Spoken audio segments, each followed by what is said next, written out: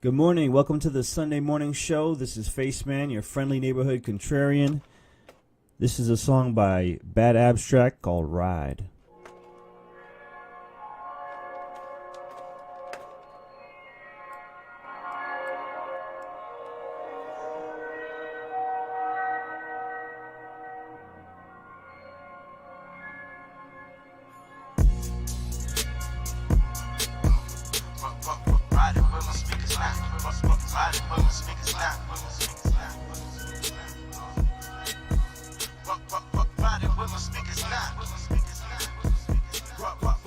With my speakers knocking, got the birdies flocking, shining like a clock, and got my windows tinted, living in the darkness on the road to riches, so I'm never stalling. Hit a couple bumps, but I'm in process. Riding my Civic, feeling like Bobby, but so authentic, neither an option. High off the spinach, now that she cotton, push to the limit, like Al Pacino, straight to the finish. Get that dinero, get to my women, mommy to Carol, so I'm fighting to the top like a hero. Always on 100, never been zero. Always been on the run in front of bureau, cause I possess the power like Pharaoh. To the castle like I'm Puma or Harold. Stay on my shine like all the metal. Y'all say my pro like that with Pharaoh. I guess it crazy like I'm just Pharaoh. Ride for the day, come on, let's see tomorrow. Long as y'all bury me with my sombrero. Show the people that run terror with thorough. Salvadorian nigga, live from the ghetto. I rise from the ghetto, I got the momentum. Never gave a fuck, I never had censor. Ain't shit by gecko. Got gated niggas quick to chop your head off. Hit you with 3 to your head like you mellow. They be that new and that retro. Get you in that mood and that session. Yeah, they be big like it's precious. Riding around with no stressing. Bitch chasing streets since I was freshman. Who don't reach the heavens before reach this blessing? Let's ride. Riding with my speakers knocking, got the birdies flocking, shining like a dragon. Got my windows tinted, living in the darkness on the road to riches, so I'm never stalling. Ride a hand on the throttle, sipping through the traffic, slipping through the madness, sitting on the rocket, something is a habit. Tell me who can stop me, it's getting no casket, full speed on my addict, living on the edge of life, looking for a better life, looking for a challenge.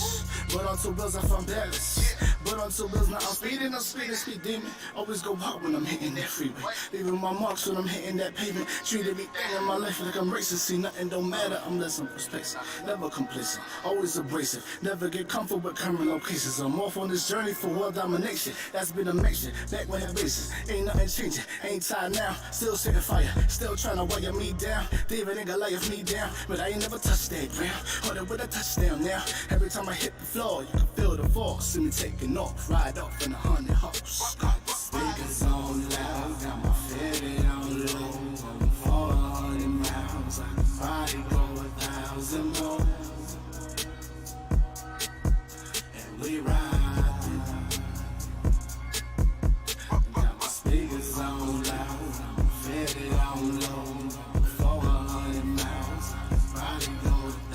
Riding with my speakers knocking, got the birdies flocking, shining like a clock. We ride.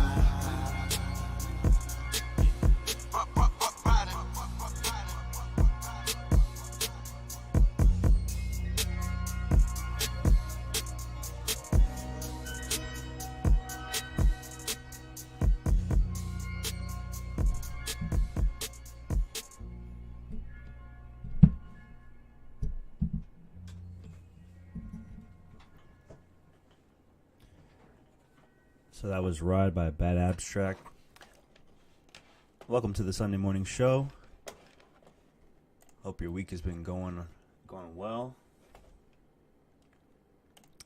I'm going to be starting straight off into the news.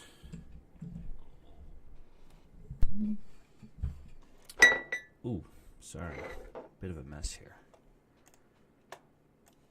All right, some of the topics we're going to be covering today. Aside from my tangents where I start veering off into all kinds of other stuff, we're going to be starting off with the Twitter feud between AOC and Ivanka Trump. Alex Jones made it back onto the Joe Rogan show that broke the internet for a couple days. But on that same day, there was also Cohen testifying before Congress, and also Pakistan and India basically started war again. And we're going to talk about that. Oh, and also on the same day, Trump and Kim Jong-un were having a summit in North Korea. We'll also talk about that. And what's going on with Venezuela, different perspective that I thought was pretty interesting, and that wasn't really aware of. So we're gonna be talking about that, and I believe yesterday AOC supposedly made a warning to other Democrats in the party. So it seems like, as we discussed in a previous episode, that it seems like the Democratic Party is kind of fracturing, kind of like how the Republican Party had like the Tea Party contingent in there. Kind of the same things happening in the Democratic Party between like the neoliberals and like the moderates and the quote unquote progressives, the socialists and stuff like that. So we're gonna get into all that and probably a lot more. So let's get into this this bit of news that came out a few days ago. And what struck me about this was that supposedly Ivanka had a interview with Fox News, but I can't find the full interview. It's only like this 30 seconds or 50 seconds where she says what she said. So let's take a look at that. Right, Alexandria Ocasio-Cortez's bold new legislation, known as the Green New Deal, aims to provide guaranteed jobs to all Americans. And it's fired up lawmakers and voters on both sides of the aisle. But this morning, it's comments from the president's daughter and White House senior advisor that are taking the internet by storm. This morning, White House senior advisor Ivanka Trump in the midst of a social media firestorm for these comments to Fox News. You've got people who will see that offer from the Democrats, from the progressive Democrats, Alexandria Ocasio-Cortez. Here's the Green New Deal, here's a guarantee of a job. And think, yeah, that's what I want, that's simple. What do you say to those people? I don't think most Americans in their heart want to be given something. In an explosive new interview, the first daughter taking on freshman Congresswoman Alexandria Ocasio-Cortez over her Green New Deal. Today is a big day for people who have been left behind.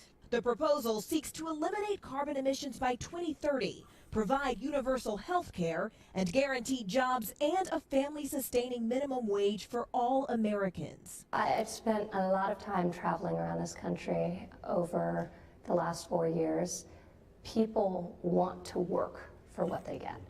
So I think this idea of a guaranteed minimum is not something most people want. The reaction to Trump's remarks was swift and fierce on social media, with some calling the first daughter entitled, tone deaf, and out of touch. One user tweeting, "You, a lady that has been given everything, have no right to speak about most Americans." Cortez herself not backing down, responding to the first daughter's comments on Twitter, writing, "As a person who actually worked for tips and hourly wages in my life, instead of having to learn about it secondhand, I can tell you people want to be paid enough to live. A living wage isn't a gift, it's a right. Workers are often paid far less than the value they create." Ivanka responding to the backlash with a tweet of her own, saying, So that kind of reinforces that that initial part of the Green New Deal that was being promoted on our website included the infamous line part of the deal would be offering people who are unwilling to work a job, but that was removed from the website and not included in I don't think that was included in the 14 pages of the Green New Deal that I read. But that's just interesting to note there. I think the issue is getting a bit conflated because people do want a living wage, and I think what maybe, because again, this was a clip taken out of context, so I'm not sure if Ivanka is referring to the minimum wage or because it doesn't seem like it's like what exactly is being talked about here unless we hear the full interview. So I think this is just another case of the mainstream media jumping on something and creating an outrage where there doesn't necessarily need to be an outrage. Value they create. Ivanka responding to the backlash with a tweet of her own, saying, I support a minimum wage. I do not, however, believe in a minimum guarantee for people unwilling to work, which was the question asked of me. So Ivanka claims that she was asked this question, and she's clarifying herself. So, like, that's why I want to see the full interview to see exactly, it's hard to understand what someone's position is just after answering one question. So-called Green New Deal. President Trump is also no fan of the plan, while Republican leaders say it's unrealistic and too expensive. Well, the Green New Deal drives a stake. And again, we talked about this in a previous episode. I actually went through the document, the 14 pages live. It's on YouTube as well. You can find that video, and we go through it line by line. And yeah, I mean, I have to agree with what the Republicans are saying in this instance, because it is true that we couldn't possibly afford to make every car electric. We couldn't possibly afford to renovate every single structure, every single building in the United States to make it eco-friendly. I mean, the water situation in Flint, Michigan still hasn't been fixed, and so how would government take care of every single house, every single structure in the United States? That doesn't even make sense. And basically, without using oil and stuff like that, you can't take a plane. What we're just gonna magically create thousands and thousands of 747s or renovate them when the airline industry is kind of struggling as it is. Like a lot of airlines have gone out of business, and they give you less and less room in the plane, less and less amenities.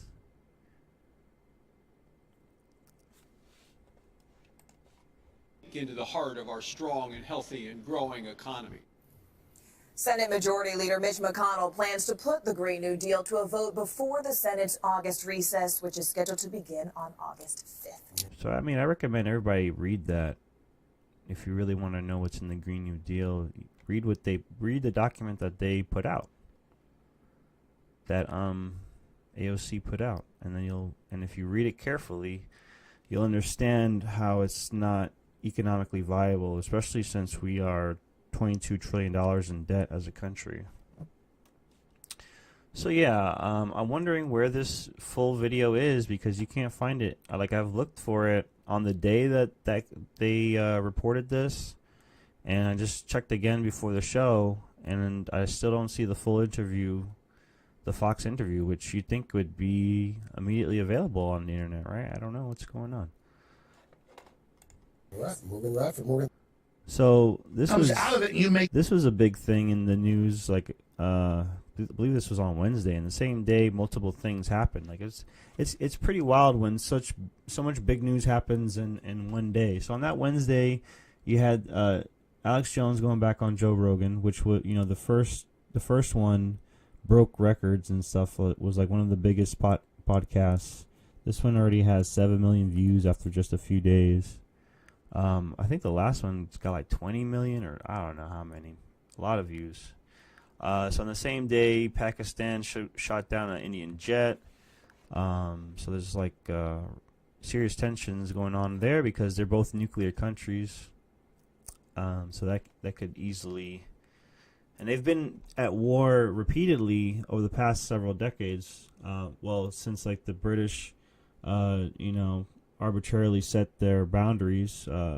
That's been the big issue, is that I believe it was after World War II. The British were in charge of setting their boundaries, and they didn't take account into some of the demographics. So there's people who have different sense of nationalism or whatever. or sense of identity mixed in with one another, like inappropriately, I guess.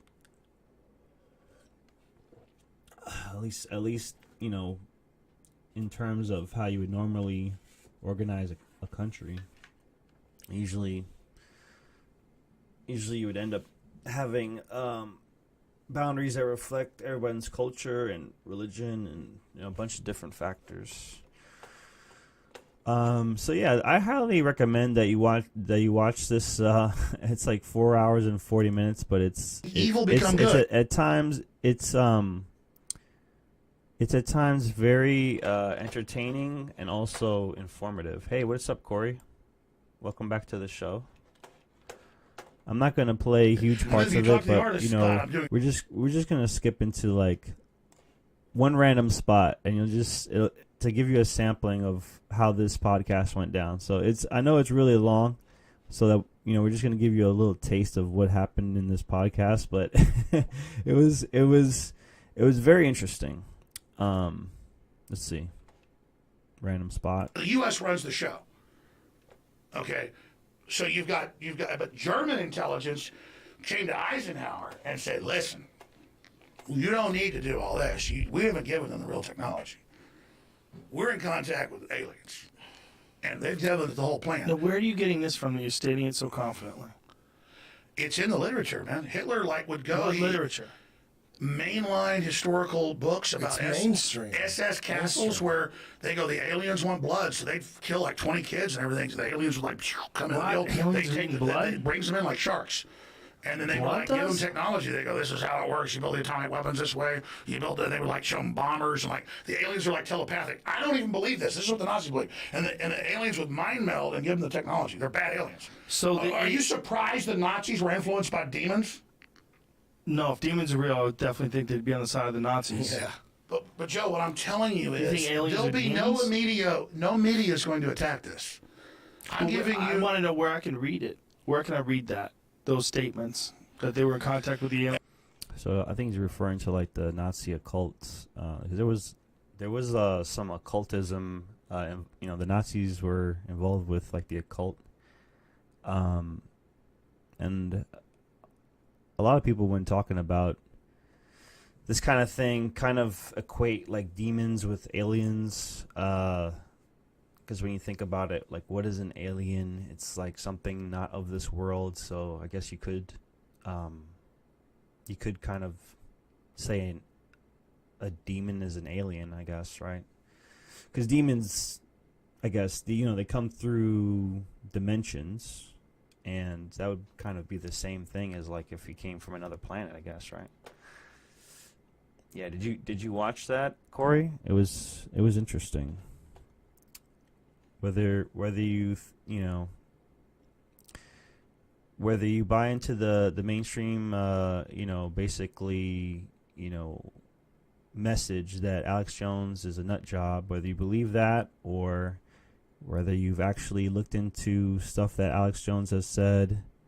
Either way, this is an entertaining podcast to watch. Because he does have a good sense of humor. And it's always interesting, at least for me, to think of different possibilities, no matter how crazy they sound. I mean, it's up to you to look into and verify yourself, but I haven't read anything about Nazis and aliens, but I did read about Nazis and the occult. I am aware of the people in charge in this country, they're into the occult. What is Freemasonry? That is basically the occult. You have secret handshakes, you have secret meetings, like Shaq is a Freemason, and a bunch of different people are Freemasons, like celebrities, politicians, all kinds of famous people, famous and important people. All right, let's pick another random spot, and then we'll move on to the next news. The genetics, it's the potential. So we are the aliens, Joe, and everybody already knows this. We are the aliens. Do you think that we are a product of alien intervention? They took these lower hominids and they accelerated their evolution by applying their genetics? You know, here's the deal. They say we're 97% chimpanzee, but then they actually get into the deeper genetics. We're closer to pigs or rats. So I think that this was an environment built for us. We're the master genetic program, and they're all subsets of us, just for a backstory. And that's what the globalists think. And yeah, but do you think that the aliens created us? Like, this is like one of the primary... Here's what the elite believes. The elves are biological androids, the Greys. And then there's other systems going on, and no one knows because it's all warfare, psychological stuff. No one knows the truth because it's virtual reality once you get to that level. So no one knows. We just know we're advanced. But we are, and I'm not just saying this to make everybody feel powerful. The globalists are obsessed, the elites are obsessed, because reportedly, obviously, humans are pretty freaking cool. We've got some big, giant mission, and maybe that's a program, I don't know, that we're like pretty super advanced. But you can't put something out like the Spartans, where when their kids were 7, they throw them out for 2 years in the woods. You can't just put something out like liberals. You give everybody everything, they're little assholes. So this is like boot camp and training, and so they have to test us and do all this. And basically, this planet is what the people say. It's a big testing ground for other things that are going to come. And we are it. We are God. And I don't mean I'm God. I'm already God. I've achieved godhood. Because you can see that potential in yourself. So the thing is, like, what throws a lot of people off is that Alex Jones rambles and he'll rant and he. Unless you stop him, he'll just go for like 20 minutes, and it'll be like a run-on sentence of ideas, basically. So it can be very hard to... I like that Joe Rogan stops him at points throughout this and like asks him to clarify, and it makes him a lot more digestible. But yeah, I recommend that you look through this podcast on your own. I know it's really long, but you can just always watch it in parts. It's highly entertaining from beginning to end. Whether you like Alex Jones or not. And I actually plan on doing a video about some of the things he does say here. Because other than like all the alien talk, which is a good part, like at least like an hour of the 4 hours and 40 minutes, at least like a continuous hour, like if you put it all together. He does bring up some other conspiracy theories, more like conspiracy facts, because there's actually documentation on it. For example, Operation Paperclip, which was a program after World War II to bring in Nazi scientists to work for the U.S. government. That's something that actually happened, and he does bring that up. Also, like organ harvesting, for example. Like if someone gets an abortion, oftentimes they procure like those organs and they sell them off and stuff like that. And so he brought that up. It's something you could look up as well. Actually, the department that oversaw that is basically cracking down on that, so that supposedly that's not gonna be legal anymore, but I don't know. We'll see. All right. So let's go into the next topic here. All right. It's turning now to in the South Asia region. Tensions are high between India and Pakistan as both countries order airstrikes against each other. Both countries have nuclear weapons. Pakistan says it shot down 2 Indian warplanes and captured one of their pilots. This is still happening along the country's borders in the disputed territory of Kashmir, a historic hotbed of conflict. BBC News correspondent Sikandar Karmani is in Islamabad, where Pakistan's prime minister is calling for de-escalation. So I've just come out of a briefing, a press conference by the Pakistani military. The Pakistani military spokesman broke down the chronology of these dramatic events that took place today. According to him, this began when Pakistani jets from within Pakistani airspace targeted Indian positions within India across the border. As a response to those strikes, he says that Indian jets crossed over into Pakistani airspace, and Pakistani planes shot down 2 Indian jets. As a result of that, he says 2 Indian pilots have been taken into custody. There had been some reports in Indian media that a Pakistani plane had been shot down by Indian forces. The Pakistani military has said that is not true. Now, I asked the Pakistani military spokesman if these actions by Pakistan in targeting, in carrying out these strikes across the border in India were pushing the two countries to the brink of war. He said they weren't. He said that Pakistan had acted responsibly, and he said Pakistan had deliberately chosen not to hit Indian military targets or areas where civilians were living in India, but open ground just across the border in India. And he said that the Pakistani military did this because they wanted to act, in his words, responsibly. They don't want the situation to escalate further, but certainly these developments will cause huge concern amongst the international community and in the region. So it's gotten pretty heated now. Like they just said, Pakistan shot down the Indian jet, and then they've been shooting at each other. And there's some other more recent news. I think there was also some shelling. We're gonna keep it going on this end because I myself am just learning what is going on as far as Pakistan and India. I've never really followed news in that region that closely. And here we go from the national headquarters of RT America, our nation's capital. Hello again, everybody. I'm Rick Sanchez. On a night when the U.S. and North Korea's presidents make nice and talk nukes, also while the cameras So this is one of CNN the captured pilots. responding. All right, let me show you this picture. That's an Indian pilot. He was shot down, and we've seen video of him throughout the day. Actually, we saw video of him actually being beaten by his captors. In fact, Pakistan says it shot down 2 Indian military jets, and as you can see in this video, they have captured at least this pilot. All right, this is a major escalation between these. He kind of reminds me of Perry Mason. Was that his name? The wrestler. He was in WCW for a while. He was like bald, but he had that mustache, like that handlebar mustache type thing. And there's a key word here that I'm going to share with you. Between these 2 nuclear powers, yes, both countries have nukes, and tonight the world can only hold its collective breath that neither one will use them in this clash over Kashmir.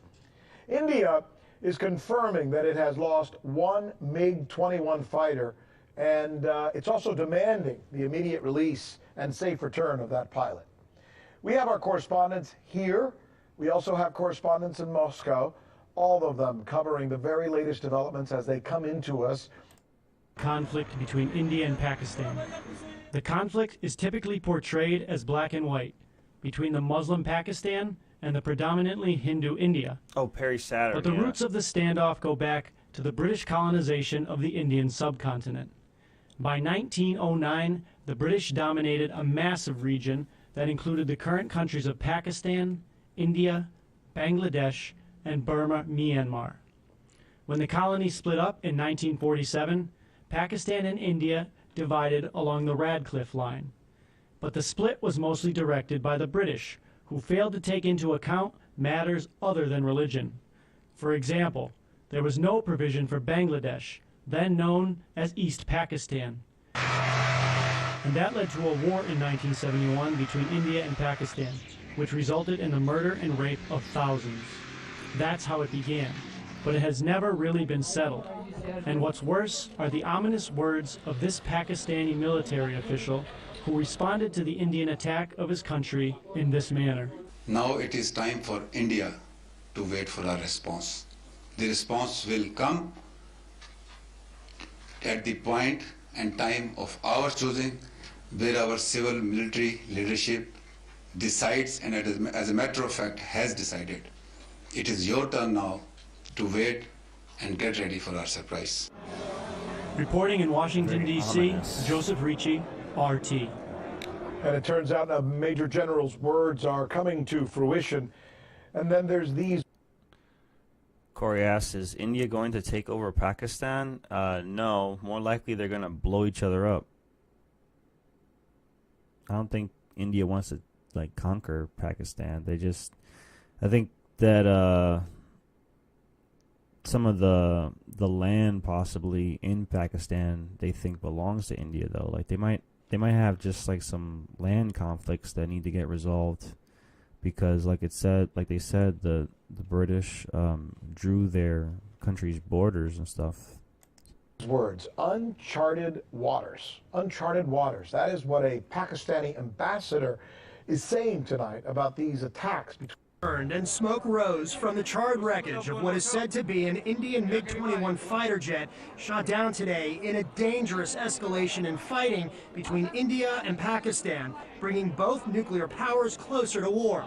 Indian officials say the airfight happened as Pakistani jets tried to attack Indian positions on the Indian side of the so-called line of control border separating both countries in the mountainous Kashmir region. Indian officials say one Pakistani fighter jet was shot down over Pakistan. Pakistan says it shot down 2 Indian jets in response, one landing on the Indian-controlled side of the Kashmir border, the other in Pakistan. In this engagement, we have unfortunately lost one MiG-21. The pilot is missing in action. Pakistan has claimed that he is in their custody. We are ascertaining the facts. This video purportedly shows Pakistani military officials questioning the Indian pilot, who was reportedly beaten by Pakistani villagers before the Pakistani military captured him. So, Wing Commander, you hail from which place in India? Am I supposed to tell you this? Major, I'm sorry. I'm from down south. You're from down south? Yeah. Okay. And are you married? Yes, I am.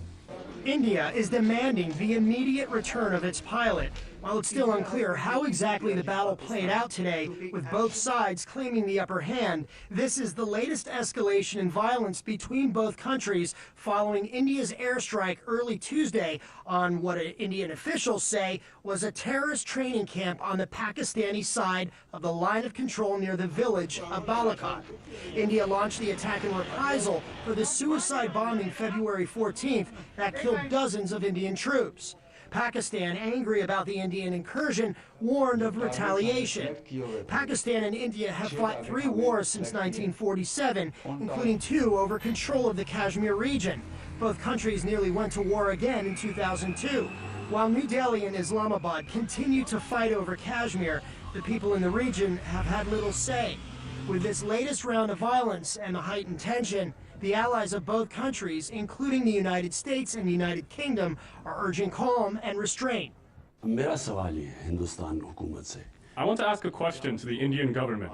That considering the nature of the weapons that we both have, can we afford any miscalculation? Should we not think at this moment that if the situation escalates, where will it go? It will not be under my control, nor Prime Minister Modi's. Dr. Amalindu Misra is professor of politics at Lancaster University in England and an expert on India-Pakistani relations who spoke to In Question earlier today. Although as an individual he might seek peace, although he may be speaking in true peaceful terms, but it's the military establishment that would be doing the muscle flexing from behind the scenes. Muscle flexing that may be bringing both countries closer to the brink of war. John Huddy, RT. Yeah.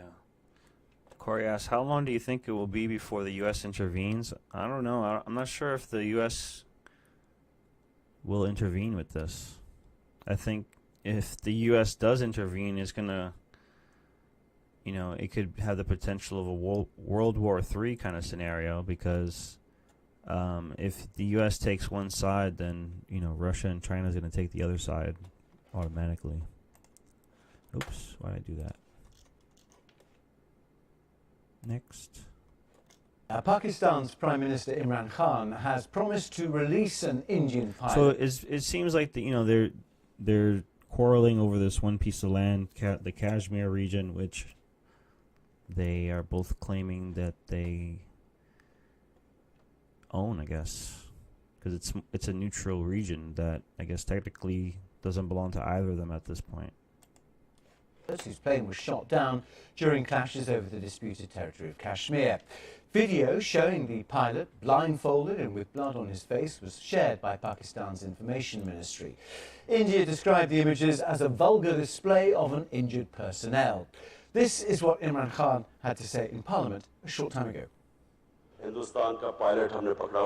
We've got the Indian pilot, and as a peace gesture, we're releasing him to India tomorrow.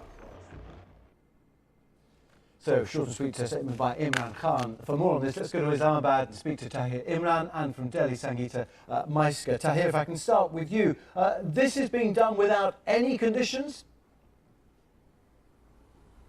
It appears that there are no conditions as yet, because during his speech to the parliament, Imran Khan spoke twice about calling Narendra Modi the Indian Prime Minister, but did not say if he managed to speak. And then he also mentioned that he sent message. So we don't know what sort of message that was and what sort of communication happened. But that was all of a surprise at the end of his speech in the parliament, that this pilot is going to be released tomorrow. Sangeeta, does this de-escalate things now? So it's very interesting. This has been a morning of surprises. Imran Khan, in an incredibly casual manner, he'd actually made a speech to Parliament in which he had reiterated Pakistan's commitment to peace with India. He said that he had reached out to Prime Minister Modi and tried to phone him. He actually got up and he then walked out of Parliament.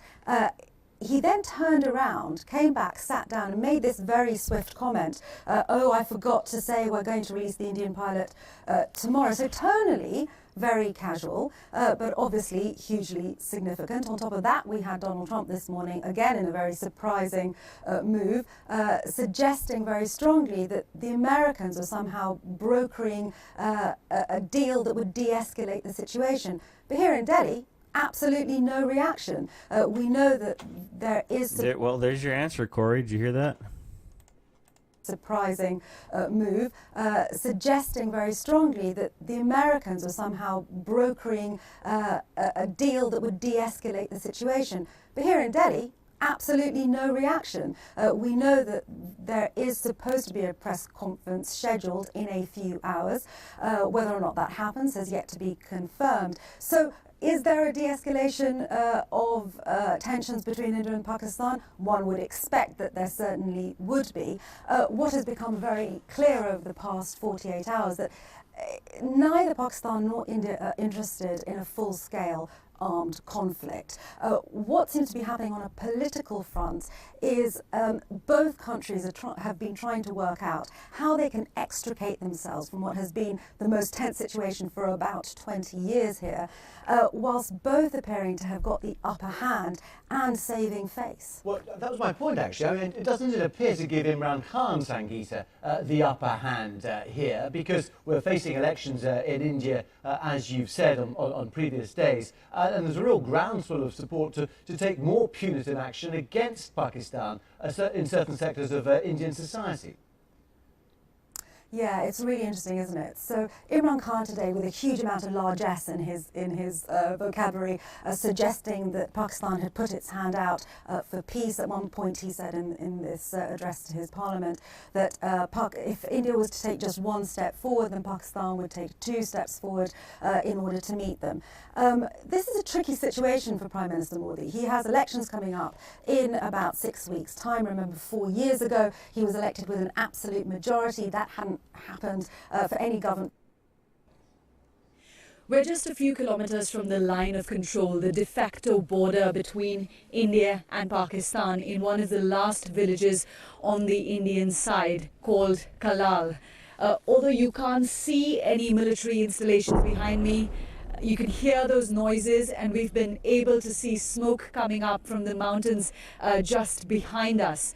Now, villagers living here tell me that they've been hearing these sounds pretty continuously ever since India launched airstrikes in Pakistan 2 days ago. Since then, we've had India saying that they've shot down a Pakistani jet, Pakistan saying they shot down one Indian warplane, and we've had these kind of ceasefire violations at multiple points along this line of control. The situation here suddenly seems to be escalating, very tense between India and Pakistan. Pakistan is today releasing the captured Indian pilot. Does this mean this crisis is now over? Well, we never wanted the crisis to take place. If India had carefully listened to what Pakistan was saying, this would have never happened. We said, share evidence with us. We said, we're willing to cooperate. We said, let's sit and talk. That's the only sensible way forward. Two neighbors, two atomic powers, can they afford going to war? Suicidal. So have you received any message from the Indian Prime Minister? Has the Prime Minister Imran Khan received any message yet? Well, we've made all the right overtures, but he seems under a lot of domestic pressure. He seems in a very tight position. So no response so far to those overtures? Not yet. And the international community seems very concerned that this could have escalated into a full-blown war, possibly even involving nuclear weapons. How realistic or how serious a possibility was that, do you think? Well, it's a very serious situation we are in. We still are. It isn't over. You know, the Indian Air Force is fully mobilized. The Pakistan Air Force is fully mobilized. We are on high alert. Fully mobilized. No flights are coming in or going out. You know, so it's a very serious situation, and I hope the Indians realize that. Pakistan wants peace. We want stability. We want to look forward. Here in Pakistan, there's a new government with a new mindset, with a new approach, and we want to resolve issues. We have issues. Obviously, we have issues, but how do we resolve them? By firing missiles at each other? No, by talking to each other, by sharing evidence and finding a way forward. This crisis began with an attack on Indian territory by a Pakistani-based militant group, Jaish-e-Mohammed. Now it's widely... We're not sure of that. Well, you're not sure that Jaish-e-Mohammed is based in Pakistan? No, or did Jaish-e-Mohammed claim responsibility for it? They have not. They have claimed responsibility. They have not. There's confusion on that. Where's the confusion? The confusion is that the leadership when contacted, they said no. Which the leadership's been contacted by who, sir? By you know, by people over here. They say we you know, they deny that. That's the confusion. So who's contacted the leadership of Jaish-e-Mohammed in Pakistan? They're people who are known to them. They're people who are known to them. And they've said that we weren't responsible. They claim no responsibility. But they issued a press release on their official channels. We all received what it. What I'm saying is there's confusion. There are conflicting reports on it. The kind of consensus seems to be, because this claim of responsibility came through the official channels, that Jaish-e-Mohammed was responsible. And the perception is that Pakistan has never really cracked down on militant groups that target India. Why should anyone believe that Pakistan will do that now? We have prescribed JUD. The so-called nerve center of Jaish-e-Mohammed in Bahawalpur has been taken over by the Punjab government. The information minister said that that wasn't linked to Jaish-e-Mohammed, though. So I can't decide whether this guy is lying or if that guy's just trying to set him up. Like if the interviewer is trying to set him up, or if this guy's just being a lying politician. The Prime Minister of Pakistan. I don't know. There's a madrasa that the world and Indians have been talking about as a training camp. Now, the media was taken there. And what did it see? It's in front of you. The target of these Indian airstrikes in Pakistani territory, India says, was another Jaish-e-Mohammed training camp. Now, it seems quite clear that nothing like that was hit, but we do know that Jaish-e-Mohammed run a madrasa there, because they've claimed that in their own magazine. That shows that it's operating there openly, isn't it? Listen, India, what did they claim? They claimed that they had hit 3 terrorist camps. Where are they? Right? They claimed that they killed 350 terrorists. Where are the bodies, right? They claimed that their airplanes, military aircrafts, were violating Pakistan airspace for 25 minutes. That's not correct. No one Now, seems to believe these claims. Not even people in India. But there is this article within Jaish-e-Mohammed's own magazine that talks about this madrasa close to where Indian planes bombed. So doesn't that show that this group is allowed to operate despite officially being banned? I can speak for this government. Here is a new government with a new mindset, with a new approach. And our policy is very clear. We will not allow Pakistani soil to be used by any group, any organization for terrorist activity against anyone, including India. That's our policy. One. Were mistakes made in the past, that means? What I'm saying is, they could be, I don't want to go into the past. If we go to the past, then they could be fingers pointing on both sides. Now, at this stage, we want to de-escalate. Or do we want to get into a game of sort of mudslinging? I don't want that. I want de-escalation. I want diffusion. I feel tensions are too high. The tempers have to be brought down. The Indian media, unfortunately, not entire media, but a section of that media, is behaving very irresponsibly. They are whipping up war frenzy, and they're not helping the region. And they're playing a very dangerous game.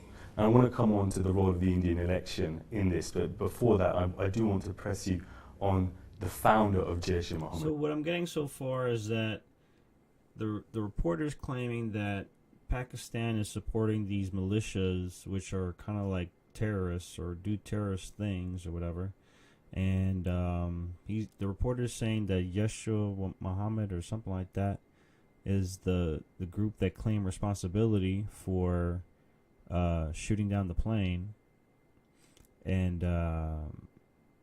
the Prime Minister of Pakistan is denying that they said that.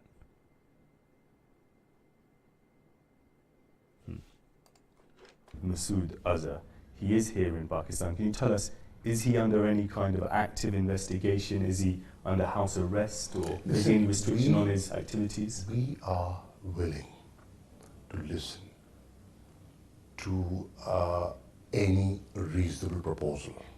Now, we have courts in this country, and courts are independent. When you take action against an individual, no matter who he is, you will have to prove your point in the court of law. What we are saying to the Indians, if you have something, please share it with us. And if you do, then we can articulate a case in court, and we can justify action against that individual or that organization to the people of Pakistan. And they've given you this dossier. Does there seem to be that level of intelligence in that dossier to allow that, do you think? Well, the dossier was received yesterday. We are studying the dossier. And frankly, I'm saying through your program that if India wants to initiate a dialogue based on this dossier, we are willing to engage with them. The Russian foreign minister has offered mediation. He has said we are willing to provide a platform. Hear that? Russia's trying to intervene too, trying to get into the. It seems like any kind of proxy conflict going on in the world today between any two nations is immediately you're getting some immediate interjections by United States or Russia or China. For talks between India and Pakistan. I'm saying Pakistan is ready for that. The Indians can take their own decision. The Secretary General of the UN is saying he is willing to offer his good offices for de-escalation. I'm saying we welcome that. Come to the region, play your role. President Trump has made a very positive statement. I thank him for that. The British Foreign Secretary, China is playing a role. The European Union has come out with a statement. Pakistan wants de-escalation. Pakistan wants peace in the region. We want to go back to the Western Front, where the negotiations are at a very delicate stage, where we may be very close to peace. After 17 years, warring factions are sitting on the negotiating table. This is a historic opportunity, a historic moment. This diversion is a distraction for Pakistan. We don't want to lose focus. Now, there are elections coming up in India. If Mr. Modi is re-elected as Prime Minister, do you think it's possible for the Pakistan-India relationship to improve or not? See, he has boxed himself. He has taken such an extreme position. The pendulum has gone so far. Coming back would be challenging for him. But it's for the people of India to decide. I can't speak for them. But is he someone that the Pakistani government here is happy to deal with? We will deal with anyone who's the elected representative of the people of India. And one final question. I want to see the Indian Prime Minister talk about what's going on. See what his take on this is.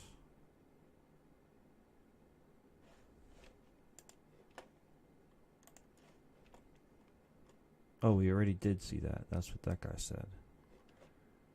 Yeah. We already showed that. Next.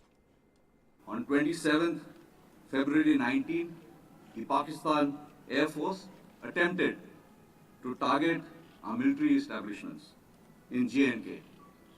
Specifically, they targeted a brigade headquarter, a battalion headquarter, our defenses, and a logistic installation.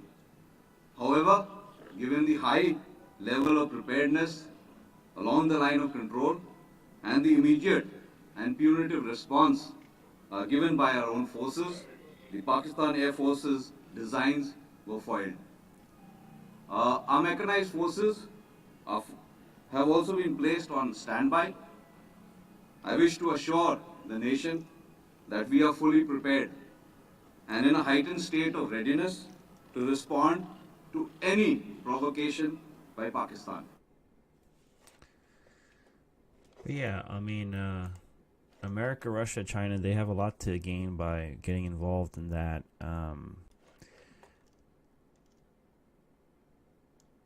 It was also in the news that they found that it was like American weaponry that either India or Pakistan was using. I think it was India. I think they were using like American jets or something like that.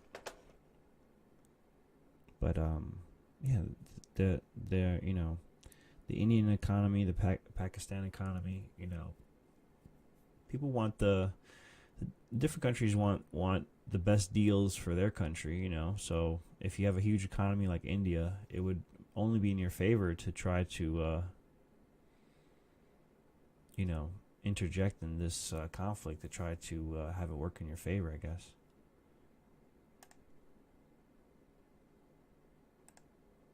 Tension between India and Pakistan shows no sign of abating. Overnight, 3 civilians killed in cross-border shelling. Pakistan says Indian troops targeted villages along the line of control in Kashmir. The standoff between New Delhi and Islamabad has re-escalated dramatically of late since that terror attack on an Indian police convoy last month killed at least 40 officers. The latest violence comes a day after an Indian fighter pilot who was captured by Pakistan after his jet was shot down was returned home to his country and made big news. That transfer held along the border between the two countries, all televised live, big audience. Pakistan's Prime Minister described the move as a peace gesture. Islamabad also released a video recording made while that pilot was in custody. Here's some of it. I was trying to look for the target when I was shot down by the Pakistani Air Force. As soon as I ejected, my parachute opened and I came down. I had a pistol with me. I tried to run and people chased me. Their emotions were running high. Then 2 Pakistani army officials came and saved me. Pakistani army captains saved me from the people and did not let any harm come to me. They took me to their unit where I was given first aid. Kashmir locals shared their fears over the intensified conflict, now saying that when the shelling comes, it is mostly civilians that suffer. ये देखो ये गोले पड़ते हैं कौन मरता है आवाम मरती है सिविल लोग मरते हैं उन्होंने तो बात नहीं करनी है तो ये नुकसान किसका होता है ये देखो गरीबों का नुकसान होता है ये हमारा कसूर नहीं है उनका डर बहुत लगता है पर क्या करे किधर जाओ ना कोई बैंकर ना कोई गवर्नमेंट री कोई मदद नहीं हमारी की आज 5वां दिन गवर्नमेंट कोई पूछ ला रही Yeah, so I hope that conflict between Pakistan and India gets resolved shortly. You know, I'd hate to see a larger conflict erupt out of that. As you can see through those news reports, the United States and China and Russia are all trying to interject. The European Union is trying to interject and have a hand at resolving that. Corey says, I missed the AOC Ivanka Trump battle royale. I think there wasn't really much to it. The big outrage was about like a 30 or 40 second clip from an interview that Ivanka had with Trump with Fox News, and you know, on the day that they reported on this, I couldn't find the full interview. I still can't find the full interview today, so I'm just wondering, like, you know, where's this full interview with Ivanka from Fox News? Like, it can't just be this 30 seconds and that's it. So anytime the media comes out with anything that's like a 30-second clip nowadays, I just want to get the full story before I jump on the outrage bandwagon. You know what I'm saying? Like, it's just too obvious now how they're trying to manipulate people's emotions, and I don't like being manipulated.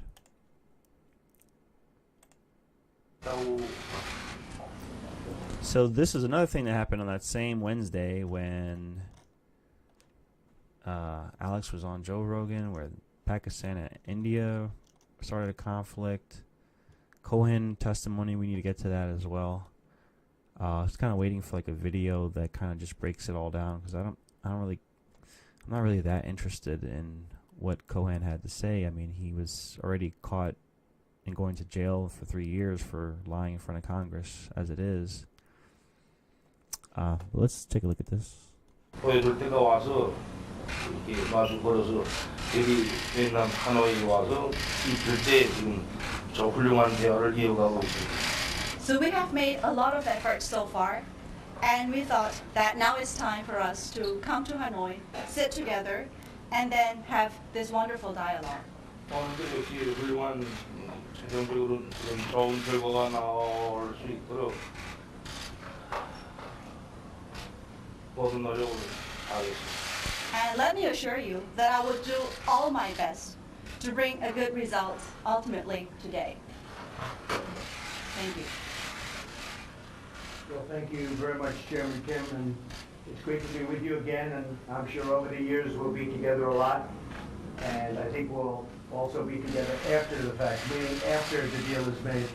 We had very good discussions last night at dinner, and the pre-dinner was very good, and there were a lot of great ideas being thrown about. I think very importantly, the relationship is, just very strong.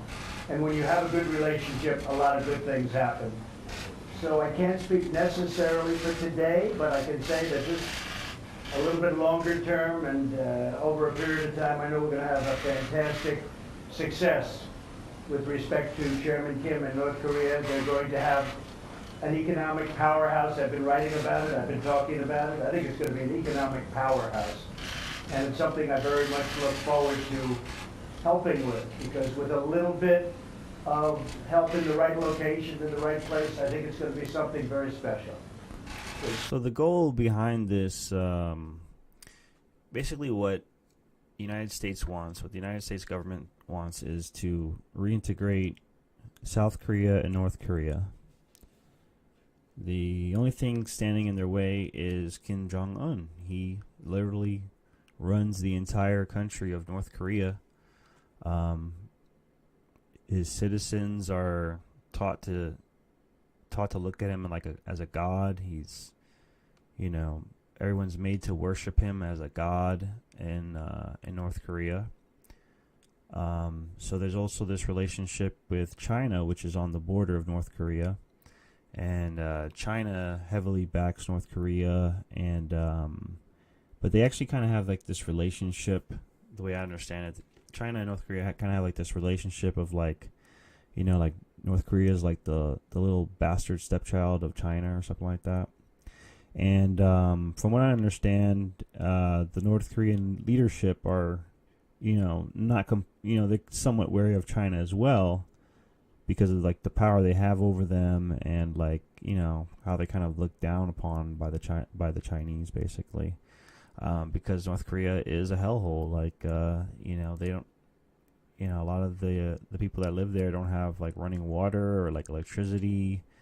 You could look up the images, satellite images comparing South and North Korea, and you see like North Korea's in the dark, and like South Korea has like a whole bunch of lights and stuff like that. But the thing is, like, Kim Jong-un understands that if he ever gave up the nukes, that they would kill him, because what once you denuclearize, why would anybody keep you around? Like a lineage of people who say that they're God and stuff, and don't care if their population is starving. They building all these grand projects, grand plazas, and then meanwhile people are like living with barely any food. Anyways. 네, 대단히 감사합니다. 오늘 다시 함께하게 되어서 매우 기쁘게 생각합니다. 또 앞으로 오늘 말고도 많이 만날 거라고 생각이 됩니다. 그리고 또 어떠한 합의가 이룬 후에도 우리는 계속 만남을 지속할 것입니다. 우리는 어제 만찬 중에, 그리고 또 만찬 전에 상당히 좋은 여러 가지 아이디어를 주고받았습니다. 우리 가장 중요한 것은 but the point that I was trying to make from all that was, Trump is saying that North Korea is going to be this huge economic powerhouse. And, maybe eventually, like in years, like a couple of decades after a bunch of like industrialization, maybe. But as it is, no, because they can't even like feed themselves. Like, what do they have really? I don't know. Do they have oil in North Korea? I don't know. But I'm sure they got some kind of minerals. They don't have the infrastructure in place to like make money off of it, really, I think. Anyways, what was the point I was trying to Oh yeah, it's like when Trump is saying that he's gonna make an economic powerhouse, like that's kind of bullshit. he's just kind of bullshitting Kim Jong with that basically. Trying to get his 우리 hopes up. 양국의 관계가 굉장히 강하다라는 것입니다. 또 관계가 좋으면 좋은 일이 많이 일어날 것입니다. 오늘뿐만 아니라 중기적으로 장기적으로 우리는 상당히 성공을 이룰 것이라고 생각합니다. 김 위원장, 그리고 또 북조선에 대해서 제가 여러 번 말씀드렸습니다마는 경제적인 강국이 될 수 있는 잠재력을 많이 가지고 있습니다. 나는 그것에 대해서 많이 기대하고 있고, 우리가 앞으로 좋은 성공, 또 많은 합의를 이루기를 기대하겠습니다. I've been saying very much from the beginning that speed is not that important to me. I very much appreciate no testing of nuclear, rockets, missiles, any of it. Very much appreciate it. And Chairman Kim and I had a great talk about that last night. I'd let him say what he said if he'd like to, and if he doesn't have to. But we had a very good talk about that last night. And again, I am in no rush. We don't want the testing, and we've developed something very special with respect to that. But I just want to say I have great respect for Chairman Kim, and I have great respect for his country, and I believe that it will be something economically that will be almost hard to compete with for many countries. It has such potential. Okay? 네, 처음부터 제가 얘기했습니다마는 그 속도가 가장 중요한 것은 아니다라고 나는 생각. If South Korea ever absorbs North Korea and like they become one country, they'll probably have some kind of economic crisis going on because South Korea is so rich and North Korea is so poor. You know, just imagine trying to integrate those countries together. It's like two different worlds. It's like integrating paradise with a fucking hellhole. 또 중요한 것은 지금까지 핵실험이라든지 로켓 실험이라든지 이런 것이 전혀 없었다는 데 대해서 김 위원장께 감사를 드립니다. 또 어제 우리에서 제가 감사의 말씀드렸습니다. 하지만 우리가 굉장히 특별한 것을 지금 하고 있다. 특별하고 있습니다. 내가 보기에 북조선이 가진 그런 잠재력은 어느 나라와도 경쟁할 수 없을 만큼 그런 특별하고 강한 그런 잠재력이라고 생각합니다. 있습니다.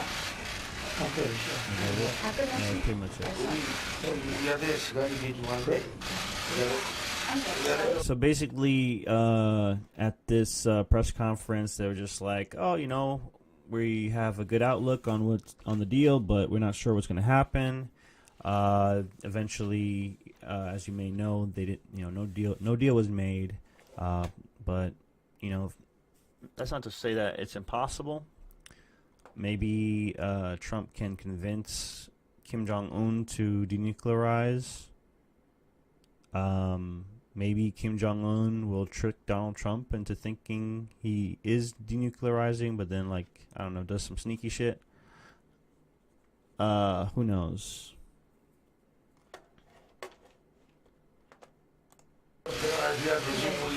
Hello and welcome to Crosstalk, where all things are considered. I'm Peter Labelle. So basically, I mean, you can expect to see more of these summits happening.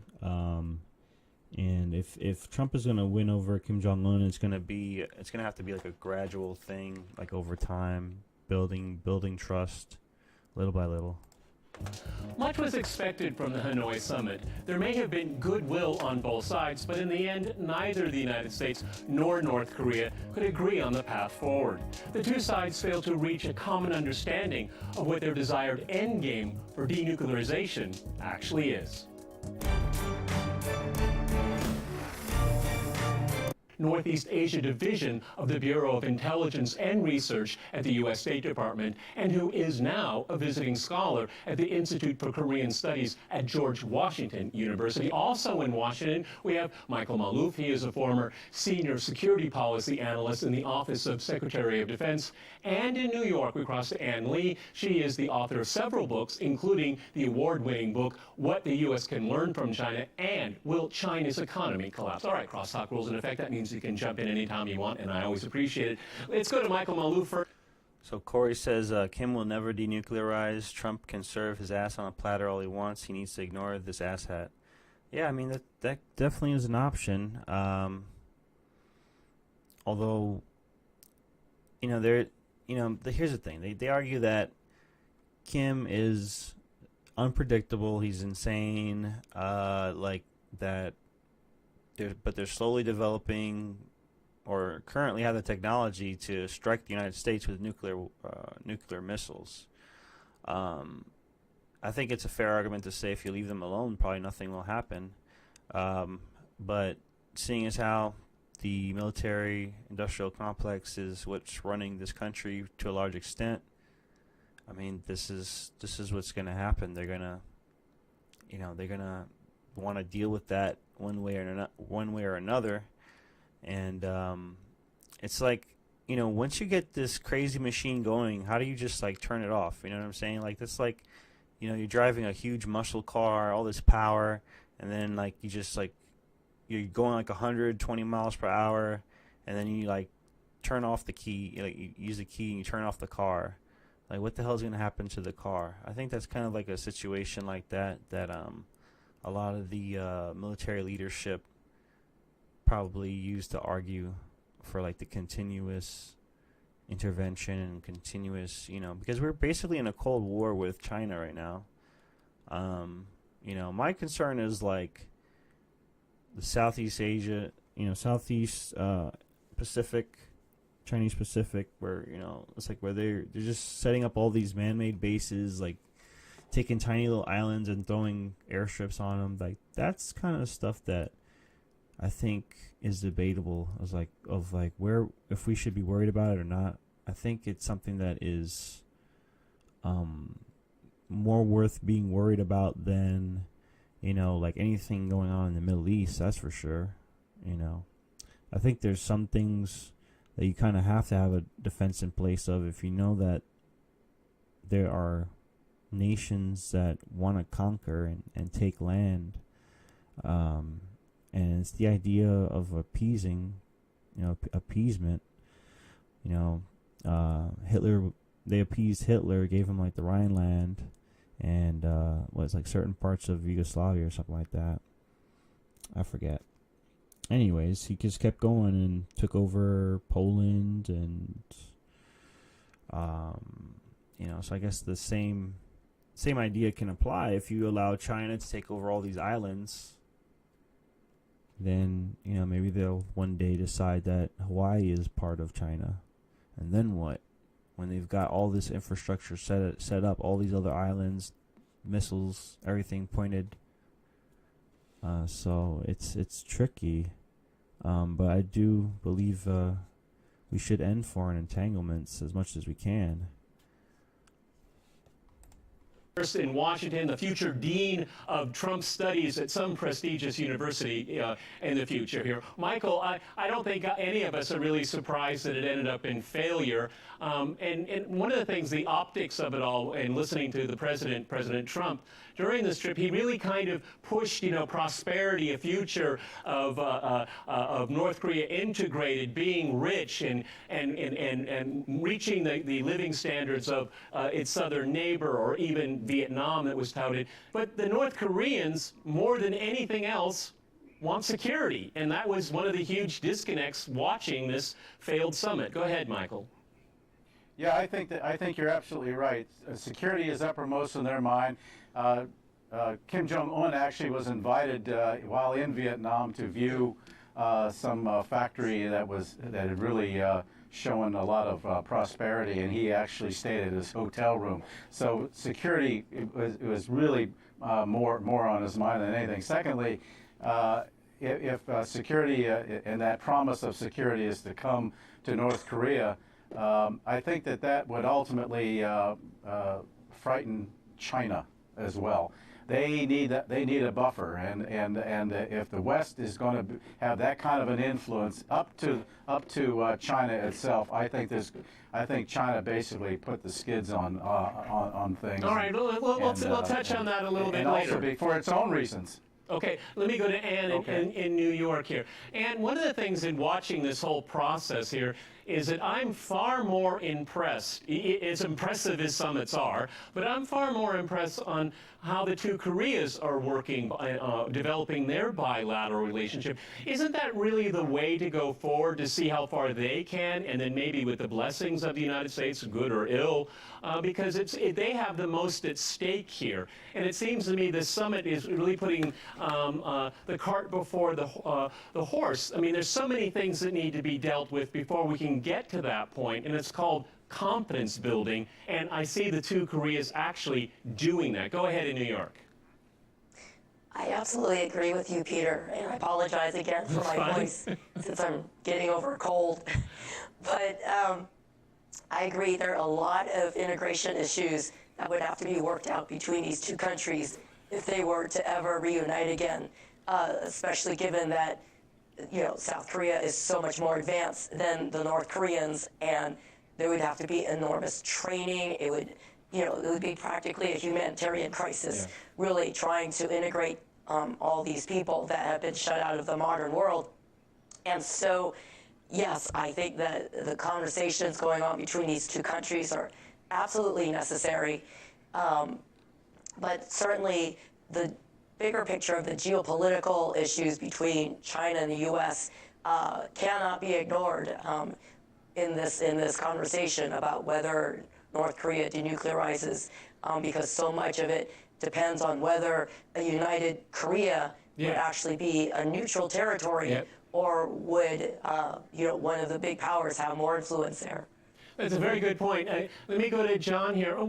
Of course, the Trump administration, first and foremost, what's on their mind is denuclearization. But I think common sense kind of dictates that that's going to be the last step and not the first step. Wouldn't it be better for the United States to develop a bilateral relationship with North Korea as building confidence between the two? Because, it's really based, other than these two summits and whatever the personal chemistry is of the two leaders here, the bilateral relationship is zero, okay? Shouldn't that be really the jumping off point? Because then you can start dealing with other issues.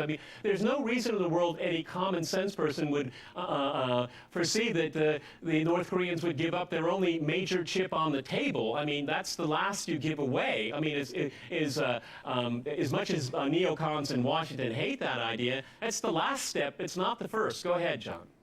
Well, I think we should have been prepared to adopt a more gradual approach rather than going for a big package all at once.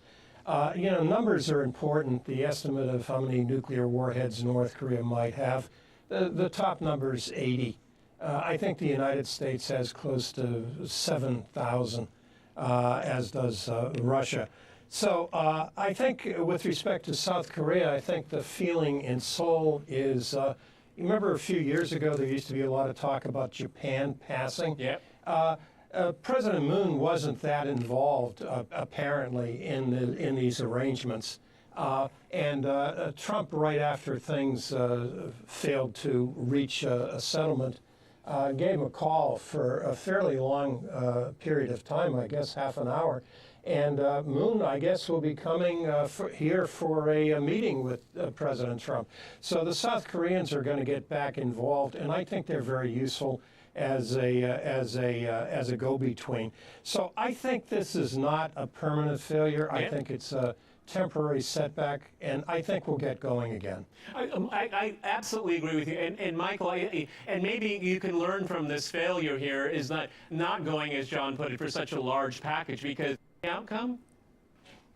Well, no, I don't think they were disappointed at all. I think that, a number of things. First of all, it became increasingly apparent that Trump was going to be pushing a gradualistic approach.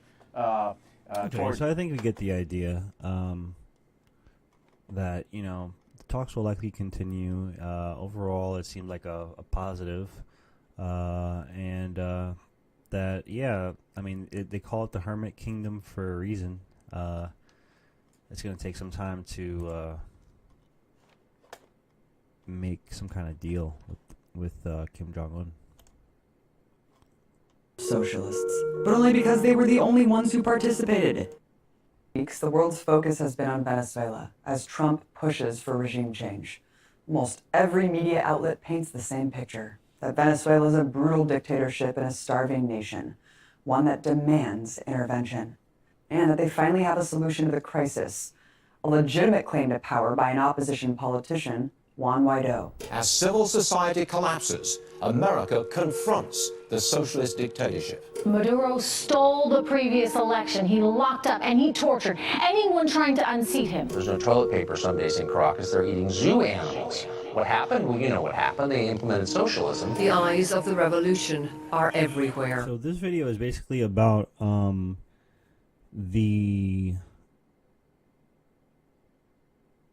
the news coverage about Venezuela kind of turning into a hellhole, and blaming it on socialism, which I think is a big part of why they are in bad straits right now. Also because Chavez never diversified their economy. It's all just been based on oil, so they've kind of set themselves up in a certain way. But this video is actually basically putting the blame on U.S. foreign policy for the sanctions that they put on Venezuela, which it does make sense. Citibank had cut off Venezuela abruptly in 2016 before like some of the worst of the news articles I've seen about Venezuela showed up. There's been reports of, people breaking into the zoos to kill the animals, to eat the animals. There was reports of, cannibalism in the Venezuelan prisons. News reports of people eating dogs and rats and pigeons just to survive, and basically not making enough money in a month to even get one meal, basically, because inflation had gone so wild in Venezuela, and unemployment. So I think reality is often a mix of every side of the story. So like it's very rare that you can actually blame any side 100% on anything. So I think it's just a mix of the sanctions, mix of poor central planning, because that's what socialism is like the national government decides much of how the economy runs. So that's why people are rightly blaming socialism. That's part of the reason. But the great thing about having nonpartisan news coverage is we can discuss all the different sides of the story, and how not one side is 100% right. So it's important to point out all the different sides of the story, because truth, doesn't just reside on one side of the spectrum. It's usually all over the spectrum. President Maduro's militia still trying to keep the people in line. Guaido is investing in the people, whereas Nicolas Maduro is investing in the army. So this is a neighborhood Juan Guaido feels safe in. This is one of the wealthier neighborhoods of Caracas. Despite the faux dissent against Trump's domestic policies, the corporate media has lined up to support his coup in Venezuela. Tech giants like Facebook and Twitter are doing their part to shape the narrative too, recently removing 2,000 accounts for spreading pro-Maduro. I've always wanted to know what a lion tastes like. Like, for real, like, there's, I don't know, just like, as someone who loves eating meat, like, I just wonder, like, what does an elephant taste like? Like, is it really tough? Like, is it juicy? Like, is all the flavor just locked in because the skin is so thick? I don't know. You never know. You never know until you try, I guess. I hear, you sometimes see on, like, the Travel Channel and stuff, like, people eating, like, camel kebabs and stuff. Like, I always wonder, like, I want to try that. I want to try all these different types of food. Messaging to, quote, influence people. Would you personally negotiate with Nicolas Maduro to convince him to exit?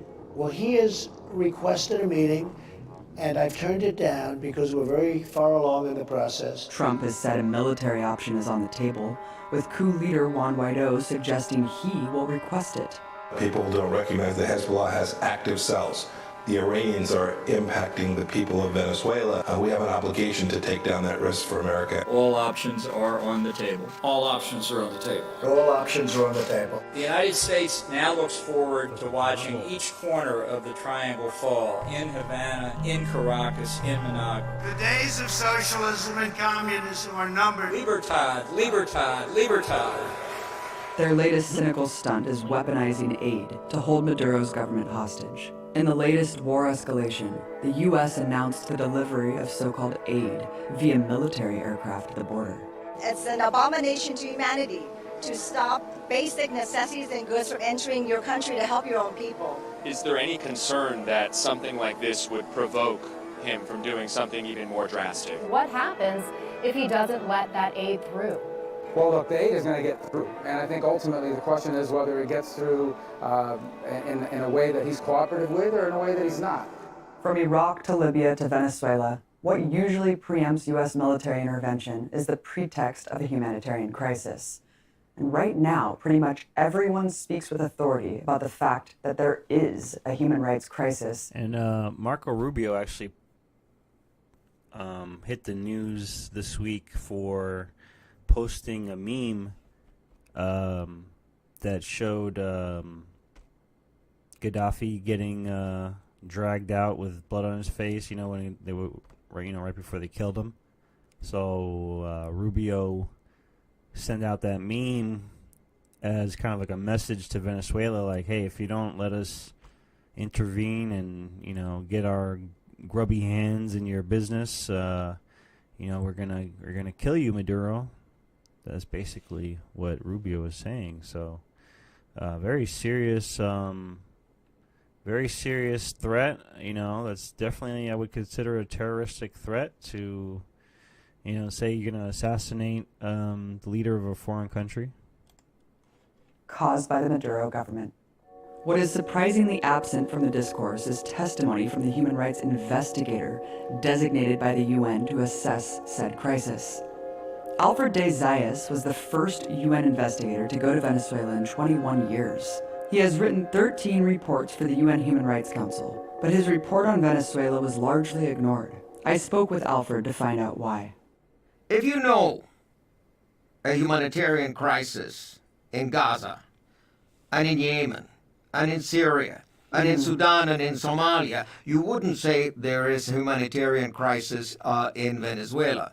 And at no point when I was walking the streets in Venezuela did I feel threatened, or did I see violence, or did I consider that this country was undergoing a humanitarian crisis. But I see human rights more and more being instrumentalized. I think Abby looks like a psycho in this interview. The way she's like looking at the camera, just like, she's definitely got like a Charlie Manson thing going on. So I don't know, Corey. Your girl might be a low-key psycho, but they do say that the crazy ones are the best in bed. To destroy human rights. There is a weaponization of human rights. What's up, Coop? Thank you for joining in. Throw me a follow if you haven't already. I see the rule of... Coop says, Abby is a very awkward interviewer. Yeah, I've definitely fapped her at least a couple times. Law being instrumentalized to destroy the rule of law, and unfortunately, the complicity of the mainstream media. What I'm saying to you, I think it would have been sensible to say it to the BBC.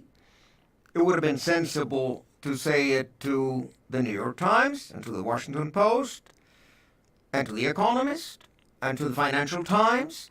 But at no time since I returned from Venezuela, and since my report was officially presented to the Human Rights Council, have I been approached by any of these organs who actually have a responsibility vis-a-vis you and vis-a-vis me and vis-a-vis the people decided without prior notice and arbitrarily to close the bank accounts of the Central Bank of Venezuela. And so here's where he's talking about Citibank closing Venezuela's accounts. So this is part of the sanctions. Bank of Venezuela in November 2017. Again, Citibank blocked the transfer for a shipment of more than 300,000 doses of insulin. In November 2017, the company Euroclear retained $1.65 billion that the Venezuelan government had paid for the purchase of food and medicine. Citgo, the Venezuelan state oil company based in the U.S., has not been able to transfer its profits outside the United States of America. It needs that money to buy food and medicine. And it is in the neighborhood, I think, by now of $9 or $10 billion that have been withheld.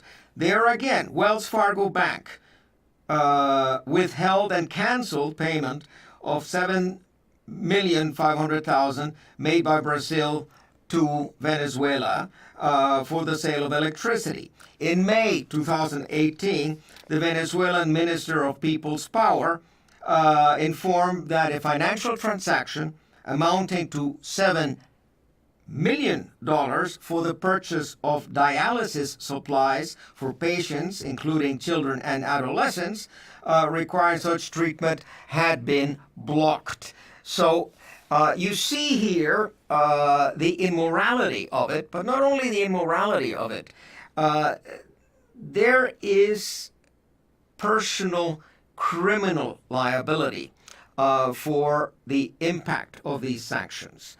I mean, I am certain that the increase in child mortality, the increase in maternal mortality, the increased deaths for lack of insulin or lack of antiretroviral drugs is a direct result of this blockage, so that Venezuela has not been able to purchase what its people deserve. It's not like the government doesn't want to distribute. Is that the government is being, through an external economic war, is being asphyxiated, and that was the. So it's a solid argument. I looked into some of this and I found articles talking about how Citibank cut them off back in 2016. And so there's definitely some validity to this, that of course sanctions are going to stifle your economy. But also Venezuela has itself to blame for not diversifying its economy, just focusing on exporting oil. And this is really something that goes back to Chavez. Chavez should have been diversifying their economy and putting other means in place to produce something, something other than oil, because that market goes up and down. The value of a barrel of oil goes up and down, and sometimes countries start pumping out more. The U.S. being a recent one. That when Trump got elected, we started producing way more oil, and that also had something to do with it, because if we're producing more oil, the value of a barrel of oil goes down, and that can hurt other economies such as Venezuela's. So they weren't able to. That was another reason why they are kind of that they're struggling a lot. But I also feel like this video is definitely super biased. And not admitting or realizing the effects of their leadership that have failed them. Name of the game. What the United States intended to do was to create a situation whereby the people or the military would topple the government. And then, socialism is a proven failure. Socialism will never work. Therefore, you have to have regime change. Juan Guaido swore himself in and was backed by the rest of the free world. And he has been recognized as such by the rational half of the world. Now a long list of countries joining the U.S. supporting Guaido. The sea of yellow you see there now recognizes the opposition leader, Juan Guaido. This coup is painted as legitimate by the media and political establishment because of the international support from major U.S. allies in Europe and Latin America. But let's take a quick look around the world to see what that support really looks like. As usual, the African continent is erased from the dialogue. There, 51 countries recognize Maduro. Only one, Morocco, recognizes Guaido. Then there's Asia and Oceania, where again, only Australia recognizes Guaido. The other 33 nations recognize Maduro. Moving on to the Middle East, where staunch U.S. ally Israel is the only country to recognize Guaido. The rest in the region continue to support Maduro's presidency. Next, the Americas and the Caribbean. Despite 17 countries across the continent recognizing Guaido, 19 countries still support Maduro. While the majority of U.S. allied Latin American powers back Guaido, in the Caribbean, the Bahamas is the only nation to do so. Lastly, there's Europe. Powers like France, Britain, and Germany have united behind the US to support their puppet in Venezuela. Even so, stark opposition to this coup exists within Europe, including Italy, Greece, Norway, Switzerland, and the Vatican. So by international community, they really just mean a minority led by the white imperialist and colonizer nations, erasing non-white nations as members of the international community. How is this coup a violation of international law? Well, international law has been violated by the United States by interfering in the internal affairs of states. The United Nations Charter is fairly clear, especially in Articles 1 and 2, where the sovereign equality of states is guaranteed, where the right of self-determination of all peoples is guaranteed. The thing is, it's not for the United Nations to decide this is the better government. People determine their governments. That is the democratic way to go about it. And Article 2, Paragraph 3 says that. So what I kind of view this as, Coop says you don't mess with the petrodollar. I think this, as far as the United States is concerned, their interest in Venezuela, sure, there's some economic benefit to that if they put in a puppet that they can get some good deals on. We can get some good deals on oil, I guess. I think it's more of trying to maintain influence in Venezuela versus allowing Russia and China to get in there and establish good relations with Venezuela. Now, I disagree with the method they're trying to do here. They're trying to strong-arm Maduro, even though he was elected by his people, by the Venezuelan people, and Guaido is kind of just like a nobody that they're just trying to sneak in there with good PR, trying to get everybody to apparently believe like he's a legitimate replacement for Maduro. And so I can see why the Pentagon would want to get in there, but they're doing it the wrong way, really. And in a way that's just going to cause more conflict. And, Venezuela is really not that far from the United States.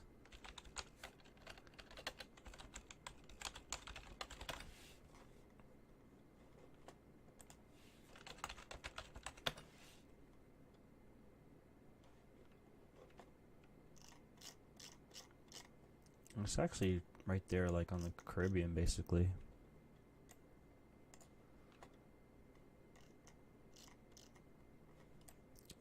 So I think it's more of an issue of making sure that Russia and China don't park missiles there versus really anything to do with the oil. I think that's just kind of a bonus thing that the United States can benefit from.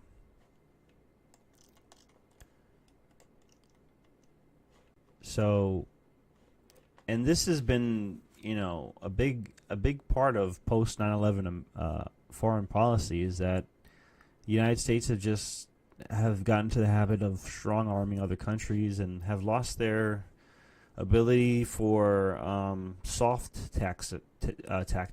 How do you call it? Like soft. Soft diplomacy or something like that, able to, the ability to make deals and have countries cooperate without the use of military force or the threat of military force.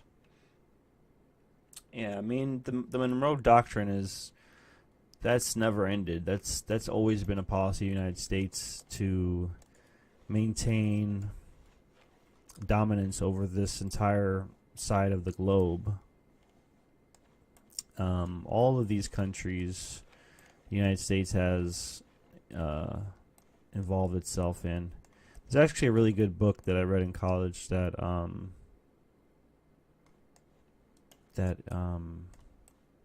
explains this very well. I forget the name. I just have it over there, but I'm not gonna bother getting it.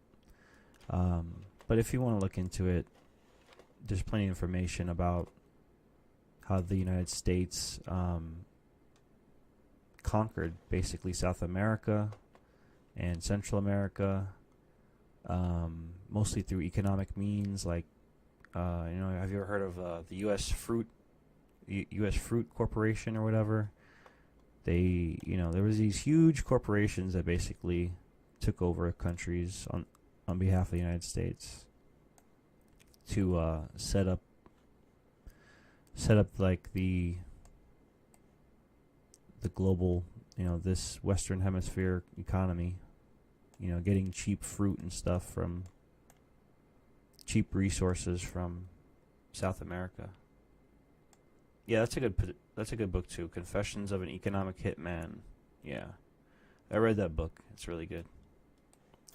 But foreign policy wise, the United States should be making win-win situations for these countries.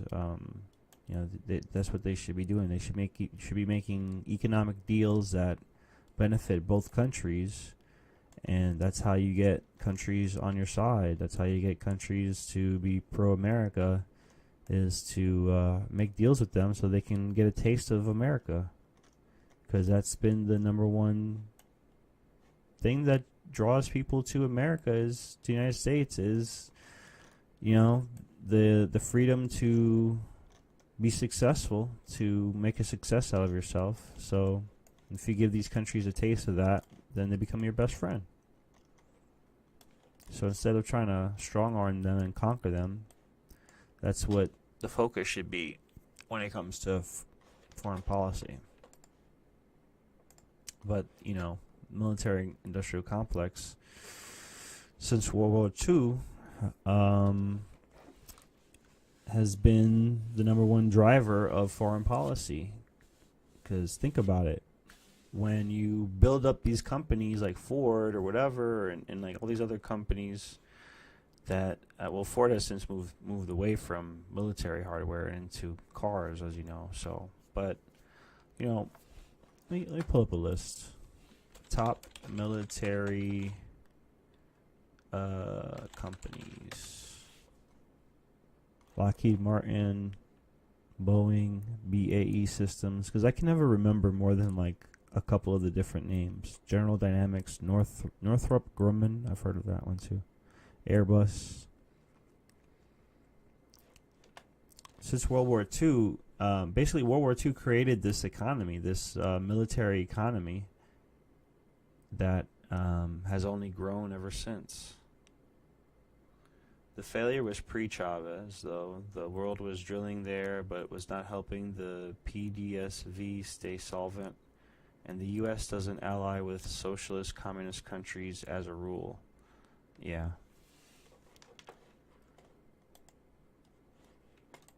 That if there's any dispute among states, those disputes shall be solved peacefully, through peaceful negotiation.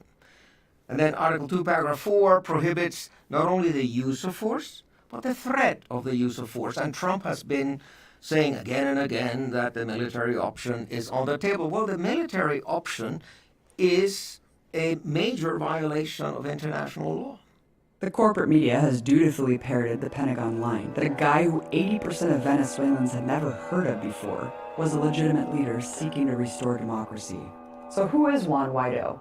A lucky 35-year-old man just anointed king. Well, before this coup attempt, Guaido was much better known in elite U.S. circles than he was in his home country of Venezuela. He received graduate degrees from prestigious D.C. University George Washington, where he studied under a former IMF director, as well as attended private business school in Caracas. Guaido's roots are in the militant wing of the opposition as an organizer in the violent street protests known as guarimbas. Channeling energy from these protests, he founded right-wing opposition party Popular Will, alongside opposition leader Leopoldo Lopez. Lopez has been martyred as a prisoner of conscience by Amnesty International and is painted as a hero across Western media, allegedly banished for opposing the regime. In reality, he's on mere house arrest for leading violent street insurrections that left dozens dead. He was also part of the US-backed coup in 2002. Both are deeply connected to US regime change front groups like USAID and the National Endowment for Democracy. By 2010, international agencies were generously pouring up to $50 million per year into funding the Venezuelan opposition movement. With Lopez out of commission, Guaidó has been groomed to replace him. Guaidó even admitted there's not a single thing he does without Lopez's guidance. According to the Wall Street Journal, Guaidó's declaration as president was planned by Lopez and just 3 other opposition leaders, 2 of whom are not even in Venezuela, and came as a complete surprise to the rest of the coalition. Even Guaidó was reportedly hesitant to make the move, and it was the phone call from Mike Pence the day before that gave him the reassurance he needed. As a White House official explained to the Washington Post, "We have been engaged with the same strategy, to build international pressure, help organize the internal opposition, and push for a peaceful restoration of democracy. But that internal piece was missing," the official said. "Guaidó was the piece we needed for our strategy to be coherent and complete." Sounds like a pretty open and shut case of a US CIA regime change plot. But all of their rhetoric is about the restoration of democracy. So let's take a look at that claim. Here's the most common explanation. Maduro's political ambition became evident in December 2015. 2 years after he became president, a coalition of opposition parties called the Democratic Unity Roundtable, or MUD, won a 2/3 majority in the National Assembly, putting Maduro's rule at risk. In response, Maduro quickly forced out several Supreme Court justices and filled the positions with cronies loyal to him. In March 2016, the court ruled to strip the opposition-led National Assembly of its powers. Maduro held a vote in July to elect a new governing body called the National Constituent Assembly, which would have the power to rewrite Venezuela's constitution and essentially replace the National Assembly and leave virtually no opposition to Maduro's rule. Nothing about this is true. Let's look at the facts conveniently left out. First, Maduro did not replace the Supreme Court with his own supporters. The terms of 13 Supreme Court justices were up in 2015.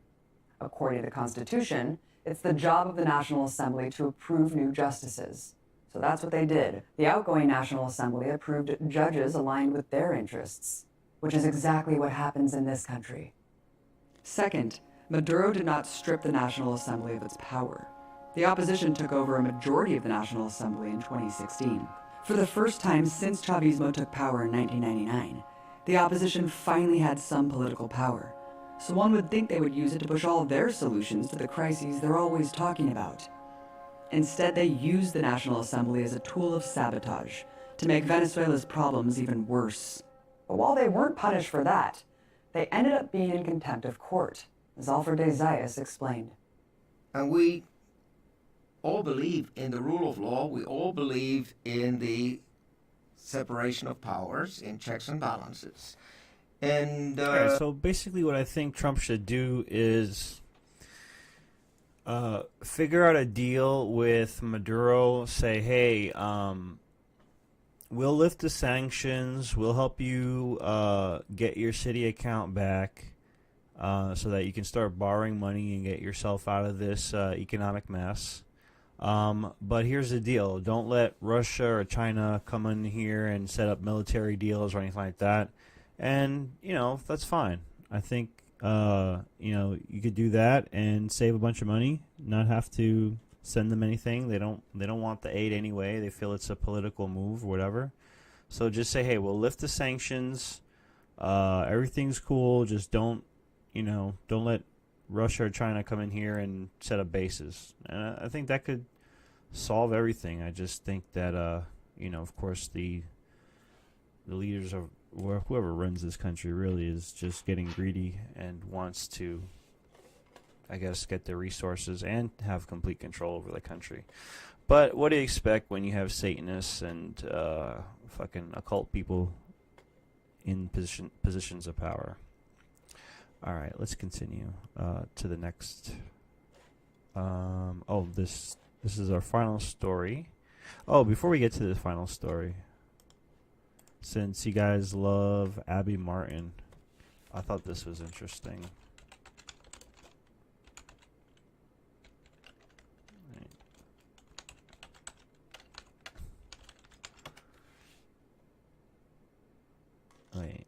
No, where is it? Where is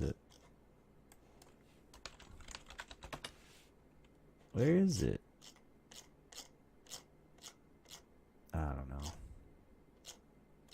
I found it so easily before. Actually, isn't it in my history?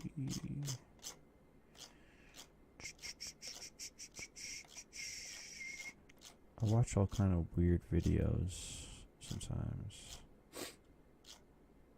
Where is it?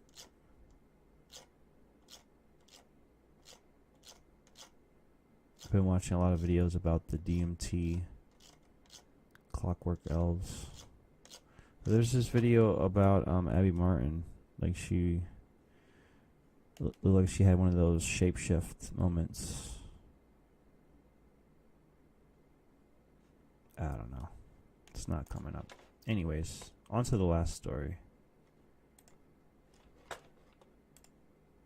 All right, let's talk a little bit about what's going on in the Democrat Party. Who's running the show exactly? Is it Nancy Pelosi or is it AOC, Alexandria Ocasio-Cortez, from one of the districts here in New York City? Because the Washington Post has a headline today. House Democrats exploded in recriminations Thursday over moderates bucking the party, with liberal Representative AOC threatening to put those voting with Republicans on a list for a primary challenge. And apparently Nancy Pelosi and AOC both furious that a couple of dozen moderate Democrats have voted with the Republicans. You know, when there's a civil war in the Democratic Party, I just break out the popcorn. Don't you love watching this? This is what happened with the Tea Party and the Republicans about 10 years ago, but now you have, you know, these Tea Party socialists like AOC trying to primary moderate Democrats, and think about what they were doing. What they wanted to do was that if... I don't like this guy. This guy is like such a douchebag. Just the way he talks, man. I can't... He's such a douchebag. Like if I heard him, if I ever saw him in person and like just hearing his voice, I'd want to smack the shit out of him. If a legal alien sneaks across the border and tries to buy a gun, the Democrats didn't want to alert ICE. Right. They wanted to let that happen. So, you know, they want to expand That's true. background checks for Americans, but not for illegal aliens. So some moderate Democrats voted with the Republicans, and AOC is going to put them on a list. Right. A list. To primary. To primary. She says he has a big text list, a big text chain. Is that like the no-fly list when they abolish air travel? Yes, absolutely. What's happening to the Democratic Party? Are they going to start listening to her? Are they going to be scared they're going to lose their seats because she's threatening them? I'll put you on the list. I'll get you out of office. Yeah, I mean, it's a total catastrophe over there. And even if you look at the people running for president, Kamala Harris, she wants to legalize prostitution. She wants to legalize marijuana. I think those are fine. Why not legalize prostitution? People are going to do it anyway. Might as well make some tax money off of it, right? Maybe pay off some of this debt that we have. Same thing with marijuana. Like, every state that's legalizing marijuana is getting a huge boost in their economy. And they're setting up to legalize in New York City. And that's going to help out the economy quite a bit, give us some jobs. I already started getting emails of like people recruiting for jobs in that industry. Boston, I think New Hampshire are legal. So, I mean, it's just a matter of time before it becomes legalized nationally. And it makes sense. Wants to get rid of your health insurance. She said that she wants to get rid of Columbus Day and make it Indigenous Peoples Day. I see. This is the cringiest part of this video because I actually do agree with that. Columbus, didn't really discover anything. Like people were here. How do you discover a place where people are already at? It's like you just found out about it. But Columbus, all he did when he came and discovered America was he raped and killed and pillaged and infected everybody with fucking diseases on purpose. Just committed all kinds of horrible shit. But you know, that's basically happened all throughout history. It's always been about the conquered and versus the conquerors. And that hasn't changed even to this day. It's just, you know, you have the mirage of civilization for the people with the power to hide behind, so that, you know, they aren't threatened physically. But this guy's defending Columbus Day. Yikes! The big old yikes. Here goes the Italian vote. Absolutely. She might actually lose New York City. There it is. All right, that's a good point. I mean, it's so dangerous, isn't it? I mean, I think about like a Joe Manchin, and if he hears her say that, he might start voting a certain way, but it's not the way his constituents want him to vote. So then he would lose his seat anyway because they wouldn't re-elect him. But are we going to see more of them going more social? To the far, far left? Well, that's where the energy is, but the people that are smart that want to win elections have to vote with their constituents. That's what happened with Steve Bannon. Remember, he started to primary all of these minor Republicans, and we wound up losing Alabama. So be careful what you wish for. Right. Yeah, so that's interesting that there's these schisms in the Democratic Party. Waters literally putting me to sleep. Which one's Waters? I don't even know. Sounds like libertarians would vote for her, for Kamala. I think maybe that's what she's hoping, that she'll wrangle some libertarians under her banner. But, you know, I don't think libertarians would vote for Kamala just on those issues. You know, you'd have to, I mean, I think in general libertarians are a little bit more politically savvy. I mean, if you can see the bullshit coming from Democrats and Republicans, I think you're pretty politically savvy. And so I think libertarians are going to have to see what all the policies are for each candidate. But I think the Democratic Party, they're gonna have a good time cannibalizing themselves come 2020. There's gonna be so many people trying to fight for that primary, and Hillary announced that she is running.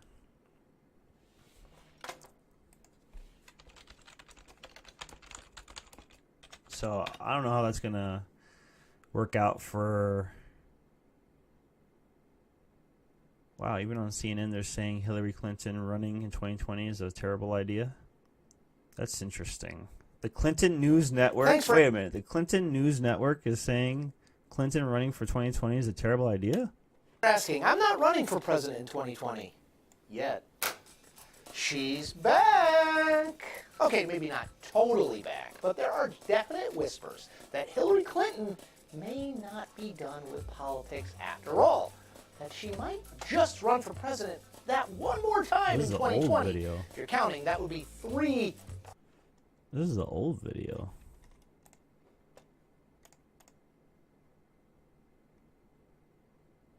I thought she officially announced she was running.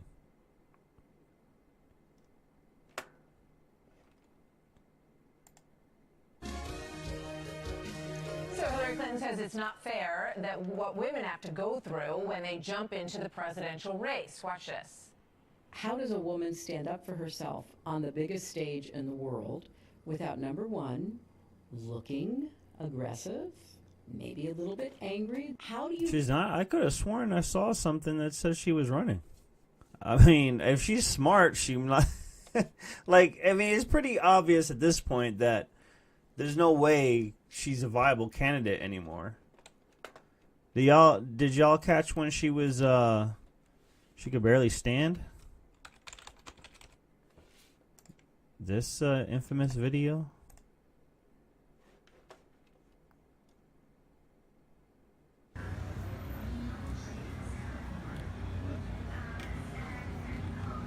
There she is right here. She's like getting carried into this van. Oh. Whoa-oh. Whoa-oh. Whoa-oh. Look at the feet, too. Feet drag. Feet drag. Feet drag. Let's bring that back. Let's bring that back. Feet dragging right there. They drag. So what happened? That was an interesting moment in history. What was going on with Hillary?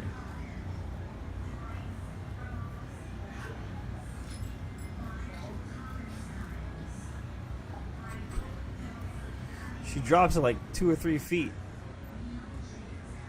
You can't hold her upright. It's like carrying a dead body. Look at that. Look at that.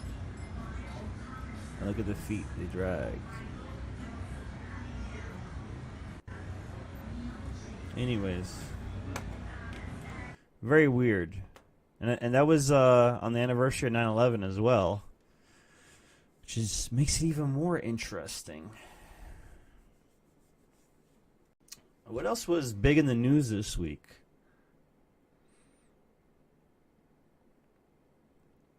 Tired to the point that, I mean, that you can't even stand up. Like, there has to be something seriously wrong with you. That's not just being tired. She literally was being carried off into the van. And there was that weird moment where she had like these.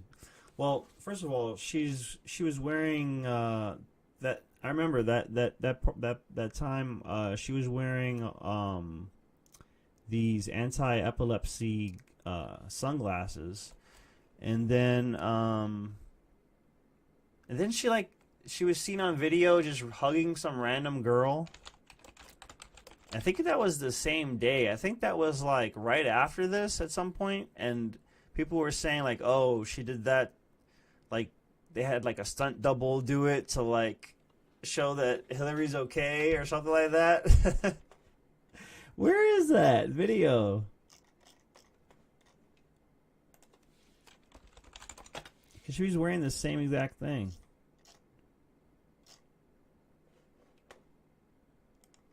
What is this? It's the latest mystery surrounding Hillary Clinton's shocking collapse. Who is this woman who never left Hillary's side? Conspiracy theories are running wild on social media. Undercover nurse checking Hillary's pulse? And this, Hillary squeezing her nurse's fingers. Clearly, she's disoriented. There's also speculation the woman is Hillary's personal physician, Dr. Lisa Bardak. Side by side, they sure look alike. But the Clinton campaign is shooting down the fevered stories, telling Inside Edition that the woman is a campaign aide. After she collapsed, Hillary asked to be taken here to her daughter Chelsea's apartment, which some reports say was a breach of protocol. She should have been taken to an emergency room. But her critics say Hillary was worried that word of her illness would leak out. An example, they say, of her desire for privacy over transparency. Hillary is now speaking out, telling Anderson Cooper why she didn't reveal right away that she had pneumonia. I just didn't think it was going to be that big a deal. It's just the kind of thing that if it happens to you and you're a busy, active person, you keep moving forward. Do you actually pass out or lose consciousness? No, I didn't. I felt dizzy, and I did lose my balance for a minute. But once I got in, once I could sit down, once I could cool off, once I had some water, I immediately started feeling better. And of course, the late night comics are weighing in. Everyone, especially reporters, have a right to be angry. You know, as does everybody else who Hillary kissed and touched this weekend. Yeah, look at her, handing out pneumonia like it's a free sample at Costco. Would you like some pneumonia? Trump. That's a good point. Wait a minute. If she had pneumonia, why is she hugging everybody and kissing everybody? To attack her while she's sick. And he even said that he hopes she feels better. At which point people started asking Trump if he was feeling okay. Maybe you should lie down, Mr. Trump. Huh. Where is that video of her? Because they like so obviously set this up as like a PR thing. What the hell? Where is this?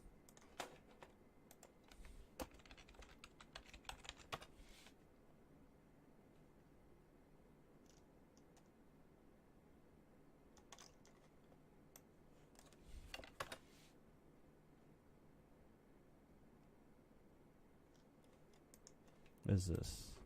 Here in the journalism But business, she was we also have an seen on acronym camera called doing NOD, some very odd stuff. which stands for News of Day, or for short, This probably NOD. is one of And those. today, out in Iowa, Hillary Clinton did an awful lot of that. No, not making news, but nodding.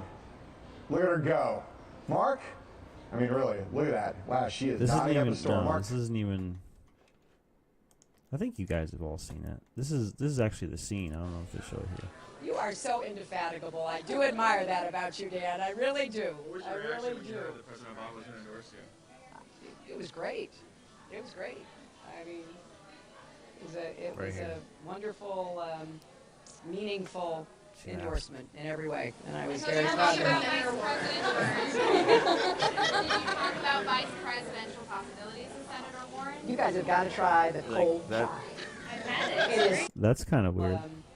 meaning in every way, and I was very proud of it. Did you talk about vice presidential possibilities with Senator Warren? You guys have got to try the cold chai. It is delicious, isn't it? Look at the facial expression of like the other girls.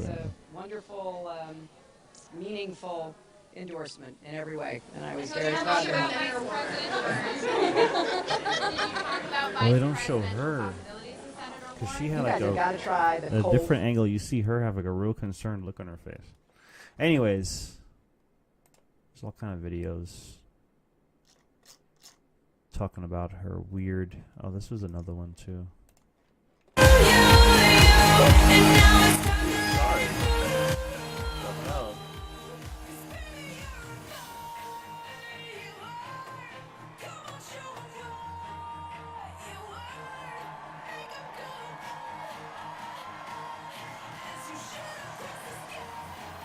So loud.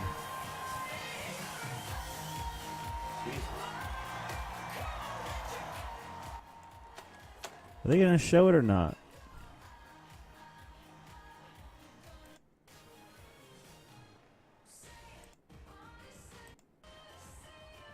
The thing about YouTube is that these controversial clips and stuff get buried.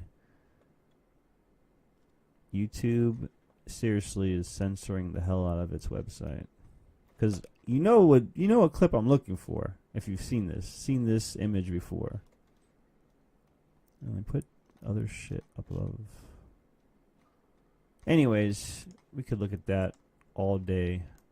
There's so much video of Clinton bugging out on camera, seemingly out of nowhere. Yeah, fucking Katy Perry. I won't even be able. I'll have to cut that out of the VOD when I upload this to YouTube, which, by the way, is youtube.com/TheMCFaceman. I upload the show to YouTube and put it in a nice little playlist there for you as well. I cut out different topics on their own if it's important and works well enough. I do that for every episode, so you can throw me a sub over here, youtube.com/TheMCFaceman. I'm also on Twitter at TheMCFaceman. Thanks for joining in on the show today.